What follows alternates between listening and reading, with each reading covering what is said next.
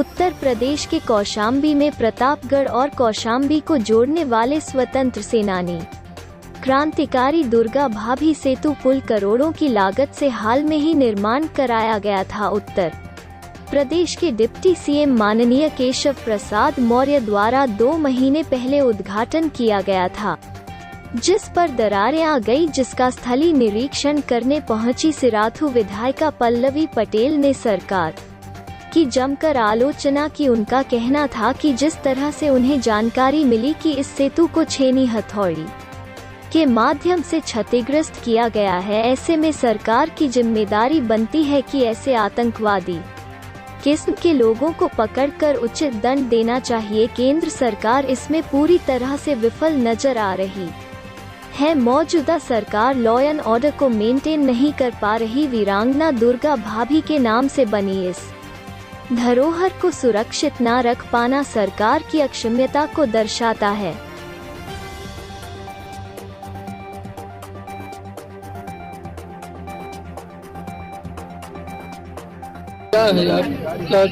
देखिए, जितने सेतु बन रहे हैं, दरारें आ रही, ये तो कहीं ना कहीं भारतीय जनता पार्टी की सरकार को जवाब देना चाहिए। अगर एक में हो जाए तो मान लिया जाए कि टेक्निकल इशू है, लेकिन अगर सब में हो जाए तो जो मैंने पहले भी कहा कि यहाँ पर एक बहुत बड़ा साम्राज्य बैठाया गया है, यहाँ पर ठेकेदारों का, जो यहाँ पर उत्तर प्रदेश की धन संपदा की लूटपाट कर रहे हैं, भ्रष्टाचार में चल रहे हैं। आपने ट्वीट कर देना उचित नहीं समझा, क्या उनके पास कोई जवाब नहीं था या उन्होंने अपनी बराबरी के उसके सवाल का उत्तर देना नहीं समझा? मुझे ऐसा लगता है कि उन्होंने जवाब ये कह के दे ही दिया है कि यहाँ पर छेड़ी हथौनी से उस पर छेड़छाड़ की गई है। तो अगर छेड़छाड़ की है तो उन्होंने मेरे ऊपर सवाल नहीं खड़ा करा, जनपद के ऊपर सवाल नहीं खड़ा करा, उन्होंने खुद अपनी सरकार के ऊपर सवाल खड़ा कर दिया है कि हमारी सरकार प्रदेश में धरोहरों को लॉ एंड ऑर्डर मेंटेन नहीं कर पा रही, उनको सुरक्षित नहीं रख पा रही। देखिए, मैं स्कूल का निरीक्षण करने आई क्योंकि मुझे सूचना मिली कि यहाँ पर छेनी और हथौड़ी से स्कूल को तोड़ा है। जो मैंने जांच में पाया और जितना मैं समझ पाई, मुझे समझ में आता है कि छेनी हथौड़ी से किसी धरोहर को क्षतिग्रस्त करना या बम से उड़ाना या आतंकवादी गतिविधि।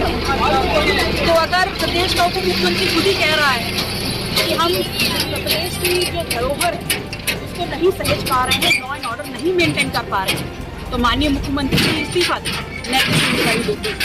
मुझे ये भी समझना था और यहाँ आने का मुख्य उद्देश्य ये भी था कि मैं इस बात को समझ पाऊं कि मेरे घर सिराथू और जनपद कौशाम्बी में इतनी बड़ी किसकी हिम्मत हो गई है कि लोगों की सुविधा के लिए जो धरोहर बनाई जा रही है उसको क्षतिग्रस्त कर। देखिए, क्रांतिकारी दुर्गा भाभी एक ऐसा भारतीय इतिहास में एक ऐसा क्रांतिकारी बेजोड़ नाम है जिनके आज जाने के 150 वर्ष बाद भी उनकी शख्सियत एक महिला होने के बावजूद बहुत ही निडर और अदम्य साहसी महिला के रूप में है। तो सरकार से मैं गुजारिश करती हूँ कि हम सब की ये जिम्मेदारी होती है कि अगर ऐसे किसी व्यक्तित्व के नाम पर हम किसी धरोहर की संरचना कर रहे हैं तो आज 150 साल बाद भी दुर्गा भाभी का नाम उनके निडर होने की वजह से, उनके व्यक्तित्व की वजह से जिंदा है। तो कम से कम इतना तो हम पक्का कर लें, फर्म कर लें कि जो धरोहर उनके नाम पे बनाई जा रही है वो 300 साल तक तो वैसे ही बनी रहे। लेकिन ये पुल तो महज 6 से 7 महीने में हिलने लग गया है। अच्छा, तो ऐसे में मेरे निवेदन है सरकार से कि अगर हम इस धरोहर को मेंटेन नहीं कर सकते हैं तो दुर्गा भाभी जैसे क्रांतिकारी महिला का नाम इस पुल से हटा दिया जाए, अगर उनका सम्मान हम बरकरार नहीं रख सकते। सेतु निगम के अधिकारियों ने भले ये कहा हो कि यहाँ छेनी हथौड़ी से इसको तोड़ा गया है, आज आपने खुद पैदल चल के पूरे पुल का निरीक्षण किया है, क्या लगा ये छेनी हथौड़ी से तोड़ा गया है या कहीं भ्रष्टाचार है?